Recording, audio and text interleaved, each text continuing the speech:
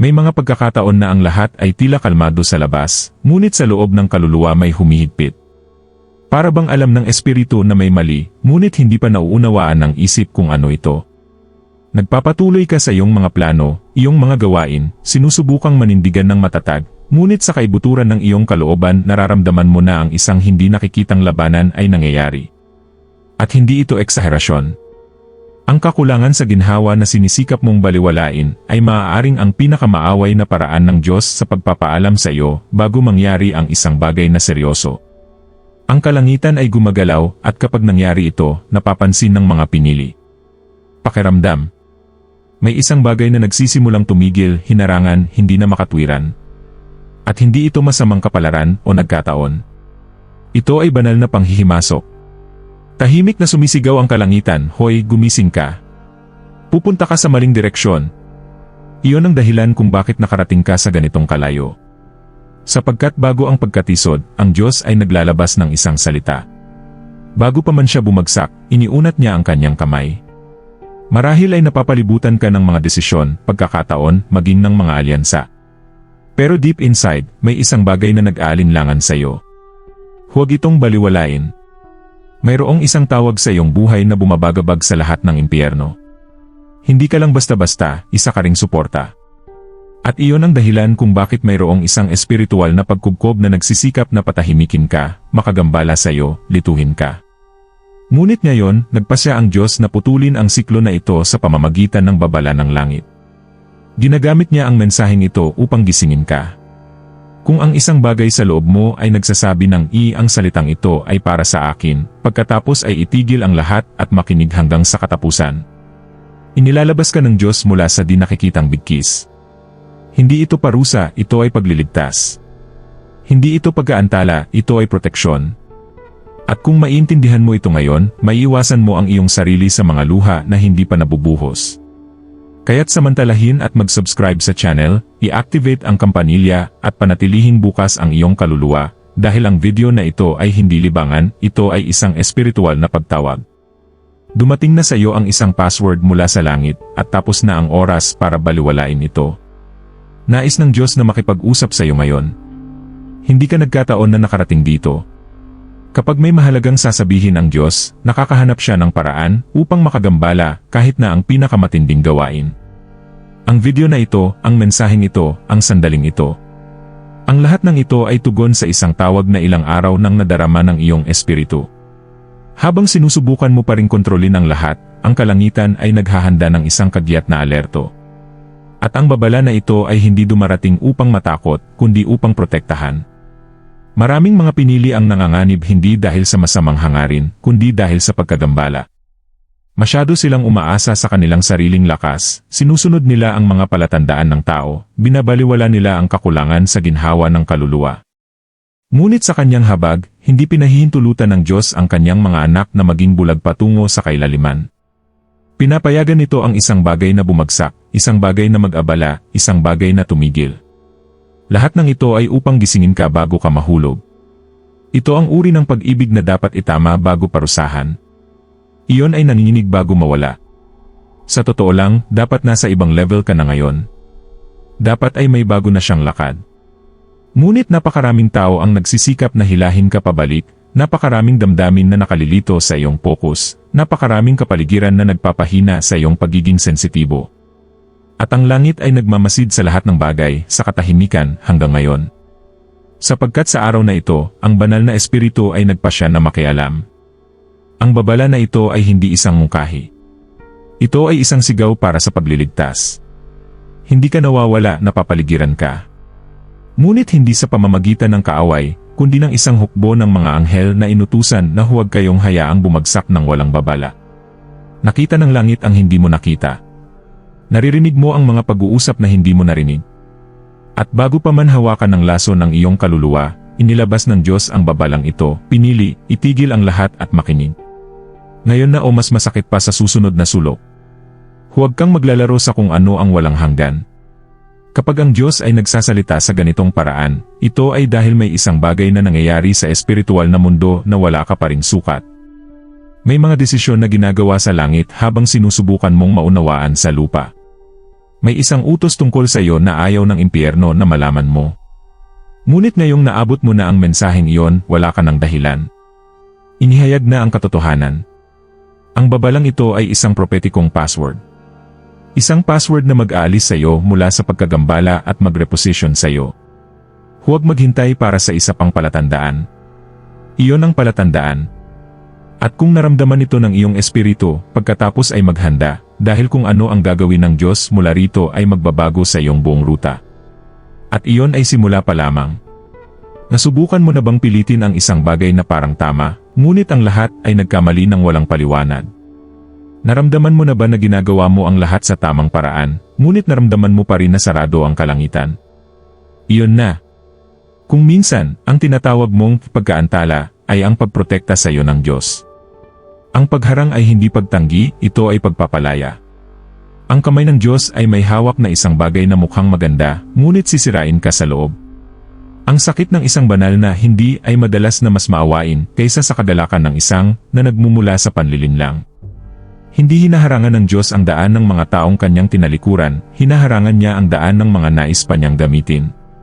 Hindi ito parusa, ito ay kalasag. Kailangan mong itigil ang paglaban sa pader na itinayo para sa pag-ibig. Alam ng Diyos kung ano ang hindi mo pa nakikita, narinig mo ang mga bagay na hindi mo pa narinig, at nagpasya na kung ano ang dapat itigil. Mayroon ka bang mga relasyon na natigil na?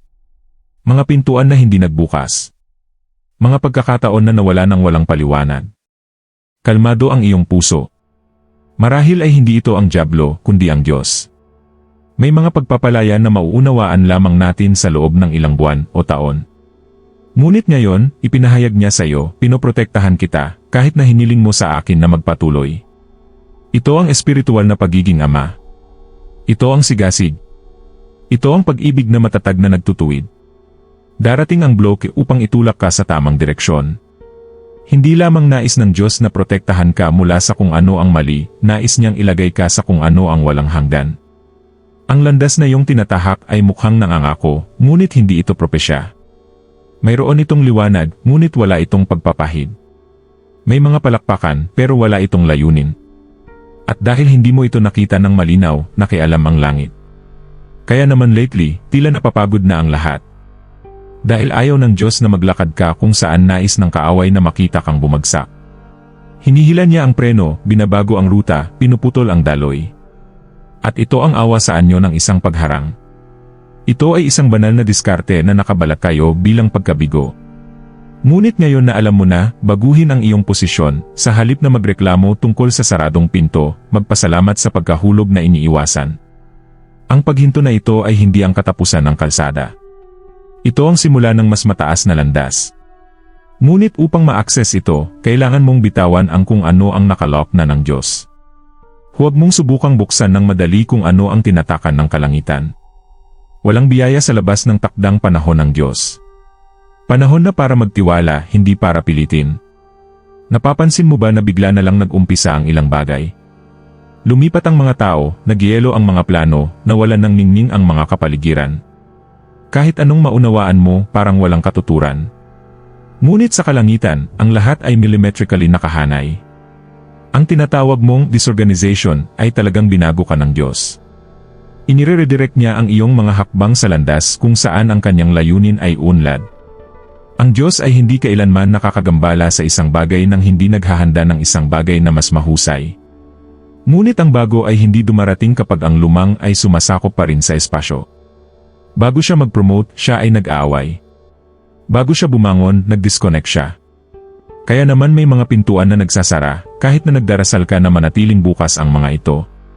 Hindi ito banal na pagtanggi, ito ay isang supernatural na pag-ugali. Isang hindi nakikitang kilusan na magkakaroon ng kahulugan sa kalsada. May mga bagay na akala mo ay sayo, pero ito ay isang istasyon lamang. At ang problema ay naakit tayo sa lugar na inilagay tayo ng Diyos, na nakakalimutan natin na ang misyon ay hindi ang lugar, ito ang layunin. Hindi nais ng Diyos na ikaw ay ma-stuck sa isang komportable, ngunit walang kabuluhan na siklo. Iyon ang dahilan kung bakit sinimulan niyang alisin ang mga emosyonal na saklay, ang mga comfort zone, ang mga dependencies na pumipigil sa iyo na makita ang higit pa. Ang pagredirect na ito ay banayad ngunit malakas. Inaalis niya ang ingay para marinig mo ang boses. Alisin ang bigat para maramdaman mo ang hangin. Tanggalin ang isang disgis para makita mo ang totoo. At kung minsan ay masakit. Masakit na mawala ang naramdaman na tama. Masakit maglakad sa dilim ng hindi nauunawaan ang landas.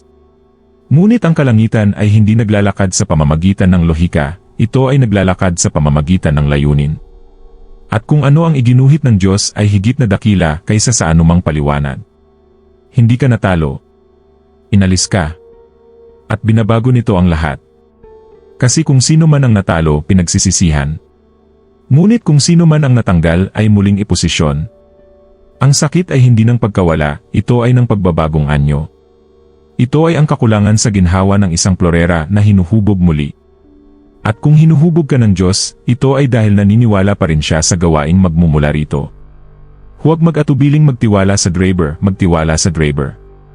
Kaya maghanda, ang tanawin ay maaaring mukhang magulo, ngunit ang ruta ay na-update ng kalangitan.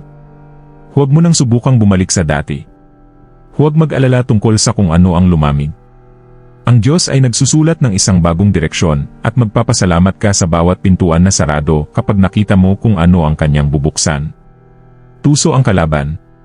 Hindi siya dumating na may mga sungay at trident, dumating siya bilang payo, pakikipagsosyo, pangako. Dumating ito bilang isang regalo, panukala o kahit na propesya. Kaya't maraming hinirang ang nangabubuwal, sapagkat ang kasamaan ay hindi kumakatok sa pintuan na may anyo ng panganib, kundi may anyo ng tugon. Ngunit kung ano ang tila isang pagkakataon, kapag hindi ito nagmumula sa Diyos, ay isang bitag na nakabalat tayo. Sa araw na ito, ang kalangitan ay kagyat na naghahayag nito sa iyo. May mga tao na lumitaw sa iyong buhay na may ngiti, ngunit sa likod nila ay dinala nila ang intensyon ng pagkawasak. May mga pintuan na nagbukas ng masyadong mabilis, masyadong madali, masyadong kaakit-akit. Ngunit ang nagniningning ay hindi palaging ginto. At kung ano ang enchants ay hindi palaging ligtas. Ang Diyos ay nagpuputol ng mga ugnayan, mga koneksyon, mga kasunduan na dinisenyo upang ilayo ka mula sa espiritual na ruta. At hindi mo man lang napagtanto kung magkano ang naihatid sa iyo. Alam mo ba kung bakit pinigilan ng Diyos ang pakikipagsosyo na yon? Bakit ito nagbigay sa iyo ng hindi maipaliwanag na kakulangan sa ginhawa bago pumirma sa kontratang iyon? Sapagkat ang banal na espiritu ay sumisigaw mula sa loob, samantalang ang lahat ay tila kanais-nais mula sa labas. Mahal ka niya kaya mas gugustuhin niyang makita kang nabigo sandali kaysa mapahamak kakalaunan dahil sa isang nakamamatay na pagkakamali. Ang hiwa na iyon na nadama mo ay proteksyon na nakabalat kayo bilang pagkawala. Huwag magpaloko sa mga matatamis na salita. Alam din ng kaaway ang mga talata. Alam niya kung paano magsalita, kung ano ang nais mong marinig, kung paano umangkop sa kung ano ang iyong hinahanap, kung paano magmukhang katulad ng kung ano ang iyong ipinagdasal. Ngunit ang pag-unawa ay sandata ng hinirang. At ang Diyos ay nagpapagana nito ngayon sa iyo. Ang hindi naaangkop sa espiritu ay kailangang itapon, kahit na ito ay nabighani sa kaluluwa. Ang panlilinlang ay dumarating upang ilayo ka mula sa kung ano ang walang hanggan. At kung pinahihintulutan ng langit ang paghahayag na ito ngayon, ito ay dahil ikaw ay nasa isang punto ng desisyon. Ang isang maling hakbang ngayon ay maaaring gastos ng mga taon ng paggaling mamaya. Pagkatapos ay tumigil. Discern na. Humingi ng kumpirmasyon. At kung may nag-iwan sa iyo ng pag-aalinlangan, ito ay isang palatandaan na hindi ito ang paraan. Ang Diyos ay nagdudulot ng kapayapaan, hindi kaguluhan. Ang mga tamang pintuan ay hindi nangangailangan ng mga pagbabalakayo. Ang mga tao ay hindi nangangailangan ng mga maskara. Ang mga landas na matuwid ay hindi nag-aalis sa iyo mula sa Diyos, ang mga ito ay nagdadala sa iyo ng mas malapit. Kung ang isang bagay ay kailangang itago, makipag-ayos o magbalakayo. Tumakas. Dahil ang langit ay hindi kailangang manipulahin upang pagpalain ka, kailangan lamang nito na sumunod ka. Naranasan mo na bang maramdaman na napapaligiran ka ng mga tao, ngunit ganap na nag-iisa sa loob? Nasubukan mo na bang kumonekta sa kung ano ang dati ay nasasabik sa iyo, ngunit ngayon ay parang walang laman? Ang pakiramdam na ito ng paghihiwalay ay hindi sinasadya. Ito ang kalangitan na nag-iingat sa iyo mula sa mga ingay, pagkagambala, lahat ng bagay na nalulunod sa tinig ng Diyos. Ang paghihiwalay ay hindi pag-abandona, ito ay paghahanda. Inihihiwalay ka ng Diyos upang ibalik ang posisyon mo. Ang katahimikan na nadama mo ay hindi ang katapusan ng isang bagay, ito ang simula ng isang paghahayag. Kapag nais ng Diyos na magsalita ng malakas, pinatahimik muna niya ang kapaligiran. At sa gayon ay inihiwalay niya ang iyong kaluluwa mula sa mababaw na pag-uusap, mababaw na relasyon, maingay na kapaligiran. Ang pakiramdam ng pagiging out of place ay isang palatandaan lamang na tinawag ka sa ibang antas. Isang lugar kung saan ang mga taong may layunin lamang ang maaaring pumasok. Ang kalungkutan na nasasaktan ngayon ay ang espiritual na pagpapakalma. Ang Diyos ay nagpapabagal sa iyo, hindi ka nakasanayan, nililinis ka. Para bang inilalagay niya ang iyong espiritu sa isang operating room, kung saan kailangang manahimik ang lahat upang gumana siya ng walang mga abala. Hindi ito parusa, ito ay paggamot. Ang langit ay anesthetizing ang iyong mga damdamin upang itigil mo ang paghabol sa kung ano ang hindi na natutupad sa iyo. Hindi lamang nais ng Diyos na baguhin ang mga bagay na nasa paligid mo. Nais niyang baguhin kung ano ang nasa loob mo. At para doon, kailangan niya ang iyong buong atensyon. Masakit ang paghihiwalay dahil nagbubunyag ito. Ipinapakita nito kung sino talaga ang kaibigan, kung sino ang tunay na nagmamalasakit, kung ano talaga ang may halaga. Ngunit ito rin heals, tunes, cleanses, at rekindles kung ano ang ingay ng routine ay halos nabura. Ang emosyonal na paghihiwalay ay maaaring mukhang kahinaan, ngunit ito ang panimulang punto para sa iyong espiritual na pagbabagong buhay. Kapag natuyo na ang mga panlabas na bukal ay nagsisimula kang uminom mula sa bukal na hindi kailanman nagkukulang, ang presensya ng Diyos. At sa lihim na lugar na yon, kung saan walang nakakakita, sinimulan niyang ibalik ang iyong paningin, ang iyong lakas, ang iyong direksyon. Kaya't huwag ipaglaban ang paghihiwalay. Mag-enjoy. Hindi ka inalis ng Diyos mula sa kabuluhan at kaguluhan ng walang kabuluhan. Nais niyang buo ka, ng walang mga abala, walang ingay, walang panghihimasok. Dahil ang susunod na yugto ng iyong buhay ay hindi gagabayan ng ingay, ito ay gagabayan ng boses. Sa katahimikan lamang ito maririnig. May mga sandali na pinipigilan ng Diyos ang lahat ng bagay sa paligid mo, hindi para parusahan ka, kundi para ayusin ka. At dumating na ang sandaling iyon. Kapag naramdaman mo na hindi ka na magkasya sa kung saan ito ay dating may katuturan, ito ay isang palatandaan na ang langit ay nagsimula ng isang espiritual na pagpipino. Ang Diyos ay nag-aayos ng iyong pagiging sensitibo na nakahanay sa iyong espiritu sa kanyang dalas. Hindi ka na maaaring maglakad sa salpok, ngayon ito ay sa pamamagitan ng pag-unawa. Ang pagtune na ito ay tulad ng isang instrumento na inihahanda bago ang pagtatanghal. Ang bawat string ay dapat na nasa tamang susi. Ang bawat detalye ay dapat tunog-tumpak.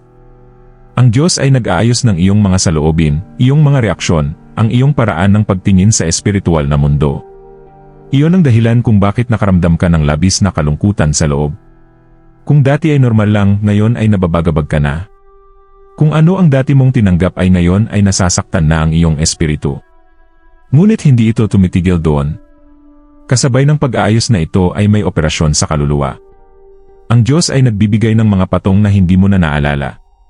Inilalantad nito ang mga lumang sugat, nakatagong trauma, mga kasinungalingan na matagal mo nang pinaniniwalaan. Binubuksan niya ang iyong kaluluwa hindi upang mapahiya ka, kundi upang pagalingin ka. Ang sakit na ito na nararamdaman mo ngayon ay hindi pagkawasak, ito ay pagpapanumbalik. Binulot ng Diyos ang mga bagay na itinanim sa iyo nang hindi sinasadya. Mga salitang nagpababa sa iyo, mga karanasan na nagpaparalisa sa iyo, mga alaala na lumayo sa iyo mula sa iyong pagkakakilanlan. Ang lahat ng ito ay inaalis, hindi sa pamamagitan ng karahasan, kundi sa katumpakan ng Diyos. Tulad ng isang siruhano na alam ng eksakto kung saan hahawakan, itinatayo ka ng Diyos mula sa loob. At nangangailangan ito ng katahimikan, pagsuko at oras. Malalim ang proseso at kadalasan ay nag-iisa. Dahil hindi lahat ng tao ay makakaintindi.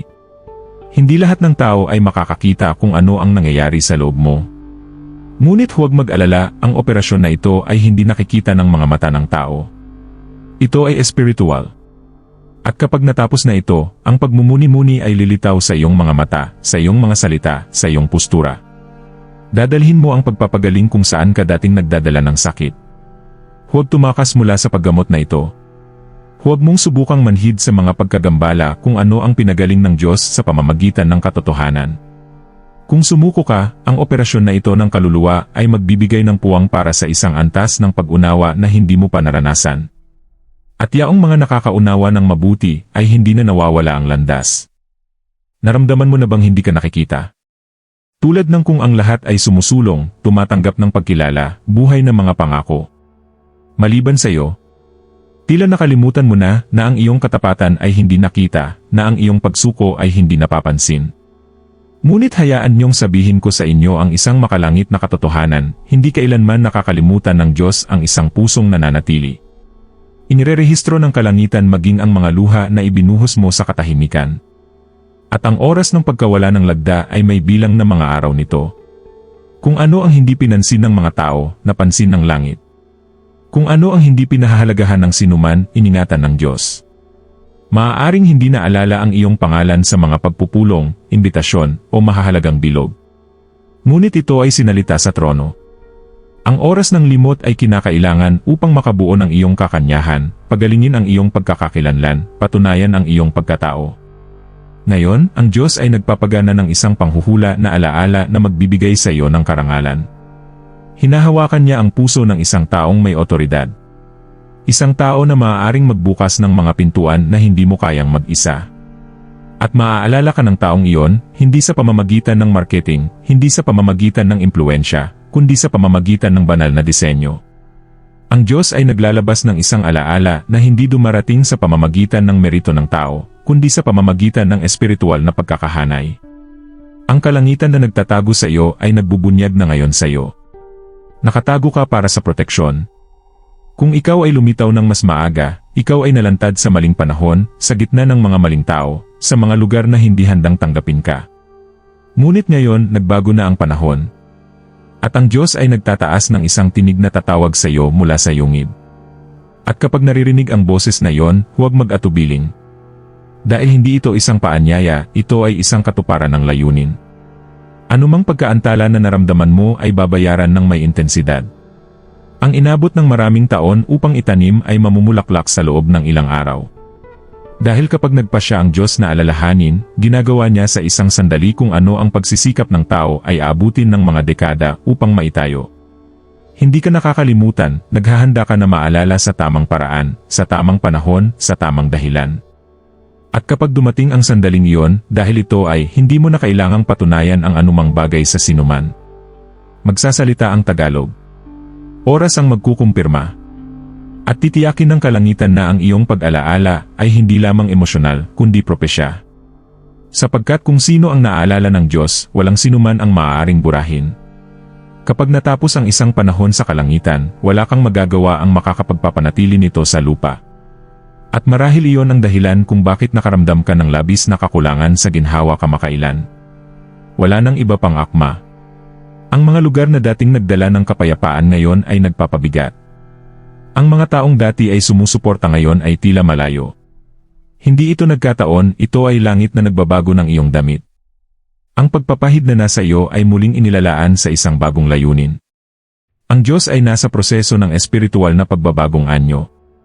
Inaalis niya ang mga pasanin na hindi mo napag-aari at ibinibigay sa iyo ang mga bagong pasanin na tumutugma sa kapanahunan na iyong naabot. At ang pagbabagong ito ay masakit. Masakit dahil kailangan ito ng pagtalikod. Masakit ito dahil pinipilit ka nitong iwanan ang kilala at ihagis ang iyong sarili sa hindi nakikita. Ngunit ang sakit na ito ang nauuna sa pagsulong. Ang kakulangan sa ginhawa ay babala lamang na ang iyong lumang espiritual na pag-andar ay nag-expire na. Ang espiritual na promosyon ay hindi nangyayari ng may palakpakan, nangyayari ito ng may panggigipit. Kayo'y sinusubok sa katahimikan, pinagmamasdan ng lihim, sinusukat sa espiritu. At kapag nakita ng langit na nalagpasan mo na ang mga pagsubok ng walang pag-aalinlangan, inilalabas niya ang isang bagong antas ng otoridad. Hindi ito isang posisyon, hindi ito isang titulo, ito ay isang espiritual na timbang. Ito ay impluensya sa di nakikitang mundo. Ito ang pamahalaan ng mga teritoryo sa langit. Iyon ang dahilan kung bakit pinupukaw ng Diyos ang iyong mga koneksyon, binabago ang iyong ruta, nagising ng isang bagong gutom sa loob mo. Ang layuning iyon na tila natutulog ngayon ay nagsisimulang magtibok muli. At hindi ito kaguluhan, ito ay pag-activate. Hindi ka na makakapag-ayos. Sabi nga ng langit, bagong panahon, bagong misyon. At ang muling pagtatalaga na ito ay nangangailangan ng agarang pagsunod.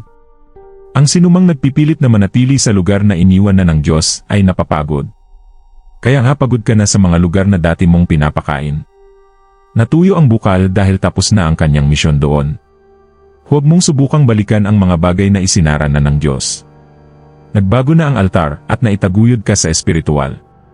Ngunit ang promosyon na ito ay hindi ipahayag sa pamamagitan ng mga salita, ito ay makikita na may epekto. Kahit saan ka man magpunta, may magbabago pa. Maghanda, tatawagin ka para sa mas malalaking pag-andar. Ang responsibilidad ay tataas, ngunit gayon din ang biyaya. Hindi ka itinataas ng Diyos upang makita, itinataas ka niya upang maging isang tinig. At ang tinig na iyon ay may otoridad lamang kapag ito ay nagmumula sa isang taong dumaan sa apoy ng pagbabagong anyo. At lumipas ka. Panahon na para mag-ehersisyo. Kapag nagpasya ang Diyos na palayain ang pabor sa isang tao, walang pagsisikap ng tao na nagpapaliwanag kung ano ang nangyayari. Bumukas lamang ang mga pintuan, lumilitaw ang tamang koneksyon, dumadaloy ang mga mapagkukunan ng hindi natural. Parang ang langit ay umihip sa iyong buhay at ang lahat ay nagsimulang tumugon. Darating na ang oras na yon para sa iyo. Diri tungod kay takos kahito, kundi tungod kay nag-ilog mo ito. Pinagmamasdan ng Diyos ang iyong mga sandali ng pagtalikod sa iyo. Nakita niya na tumanggi ka sa mga shortcut, nagtitiis na hindi nagpapakilala, binabantayan ang iyong puso kapag sinabi sa iyo ng lahat na sumuko. At ngayon, nag-activate siya ng isang pabor na nakakaakit. Ang mga tao ay magsisimulang maghanap para sa iyo, mga pagkakataon ay darating sa iyo, kung ano ang kakaunti ay magiging sagana. Hindi ito magic, ito ay pagbati. Lumipas na ang panahon ng binhi, ngayon ay dumating na ang panahon ng pag-aani. Ang espiritual na magnetismo na ito ay hindi charisma. Ito ay pagpapahid. Ito ang uri ng presensya na nagbabago ng kapaligiran nang hindi na kailangang ipaliwanag ang sarili nito. Ito ang liwanag na bumabagabag sa mga hindi nakakaunawa, ngunit inaaliw ang mga nangangailangan. Saan ka man magpunta, magdadala ka ng tunog mula sa langit. Hindi ka magsasalita, ito ay magiging espiritu na dumadaloy. At ang mga taong sensitibo ay mapagtanto na may kakaiba sa iyo. Ang pabor na darating ay hindi maaaring manipulahin. Hindi ito naugnay sa katanyagan o sa katayuan, kundi sa misyon. Sa pamamagitan mo, nais mong gawin kung ano ang nais ng Diyos na gawin sa pamamagitan mo. At kung ano ang hindi magkaroon ng parehong dalas ay natural na alisin. Kaya huwag kang magtaka kung may mga taong nagsimulang umalis sa buhay mo. Mangyaring pumili. Ang pabor ay naghihiwalay. Mangyaring i-filter. Handa ka ng sagutin. At ang Diyos ay naglalabas ng mga mapagkukunan, pakikipagsosyo, at mga landas na magposisyon sa iyo kung saan ang iyong tinig ay maririnig at igagalang. Huwag subukang maunawaan ng may karnal na pag-isip. Ito ay espiritual. At ang langit ay hindi kumikilos sa pamamagitan ng lohika, kumikilos ito ng may layunin. Ang pabor na darating sa iyo ay madiskarte. Ikonekta ka nito sa kung ano ang walang hanggan. Kaya maghanda, hindi mo na kailangang habulin ito. Kung ano ang sayo ay makakatagpo sayo. At kapag nangyari ito, tandaan, hindi ito swerte, hindi ito nagkataon. Ito ay ginagantimpalaan ng Diyos ang iyong lihim na katapatan ng isang nakikitang pabor. Darating ang panahon na hindi na hinihingi ng Diyos, nag-uutos siya. At dumating na ang oras na yon. Hindi ka nahaharap sa isang espiritual na mungkahi, nahaharap ka sa isang banal na panawagan. Inilabas na ng langit ang kautusan. Nagsimula na ang kilusan. Ang kulang lang ay ang iyong pagsunod. Hindi kinikilingan. Walang kondisyon. Ngunit kumpleto. Dahil ang susunod na antas ay hindi nakasalalay sa kung ano ang iyong nararamdaman, ngunit sa kung ano ang iyong desisyon. Ang pagsuko ay hindi tungkol sa emosyon, ito ay tungkol sa pagtalikod.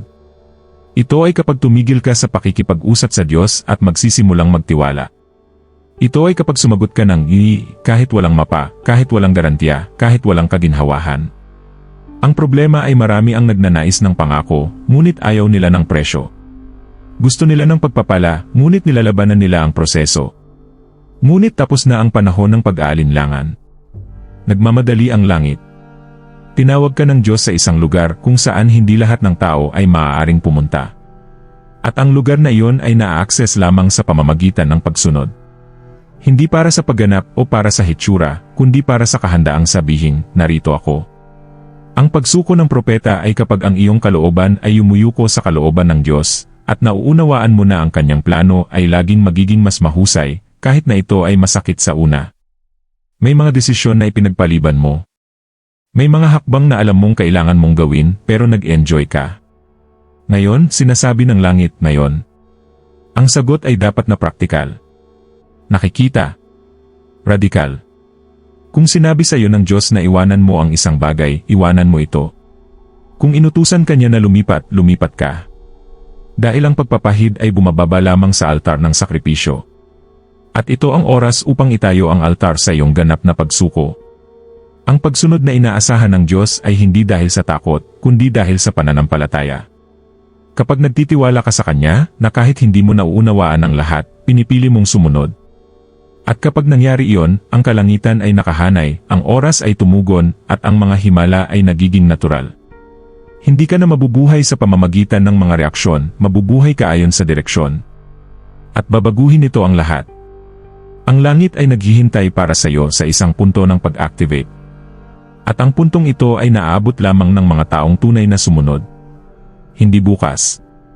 Hindi mamaya. Ngunit ngayon. Ang pagkilos ng Diyos ay hindi naghihintay para sa mga walang pag-aalinlangan.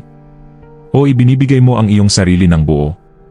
O panoorin ng iba na namumuhay kung ano ang dapat nilang gawin.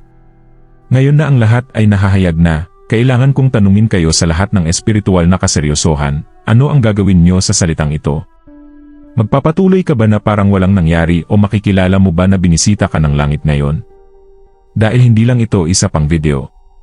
Ito ay isang direkta, kagyat at personal na mensahe. At kung nakarating ka na sa ganitong kalayo, ito ay dahil sapat na ang tiwala sa iyo ng Diyos upang babalaan ka bago ka mahulog. Gaano pa karaming mga palatandaan ang kailangan mo upang mapagtanto na ang pagbara na ito ay pagpapalaya? Na ang pagpaos na ito ay muling pagpuposisyon? Na ang katahimikan na ito ay isang tinig? Tinawag ka sa isang bagay na mas malaki. Ngunit upang ma-access ang bago ng Diyos, kailangan mong bitawan ang mga bagay na kanyang isinara na. Ang tanong, susundin mo ba ito o ipagpaliban mo na naman? Marahil ikaw ay emosyonal na pagod, espiritual na sedated, napapalibutan ng nakalilito na mga tinig. Ngunit ngayon, ang kalangitan ay nagsasalita ng mas malakas. Ngayong alam mo na ang totoo, hindi mo na maikukunwaring hindi mo ito narinig. Ang Diyos ay bubuhaying mga pinili na hindi nagpapalit ng kanilang pananampalataya, hindi binabaliwala ang kanilang mga babala, at hindi nag-atubili sa panawagan. At isa ka sa kanila. Kaya't pag ninilay-nilay, ano ang hinihiling ng Diyos sa iyo na iwanan? Saan kanya inaakay? Ano ang dapat baguhin ngayon para patuloy kang suportahan ng langit? Nasa iyo ang sagot. Ginawa na ng langit ang kanyang bahagi. Ngayon ay ikaw na ang kumilos. Kung ang salitang ito ay nagsalita sa iyo, mag-subscribe sa channel ngayon, i-activate ang notification bell, at ibahagi ito sa isang taong kailangang marinig ito kaagad. Hindi ka lamang naantig, ikaw ay minarkahan. At anuman ang simula ng langit, siya ay nagtatapos.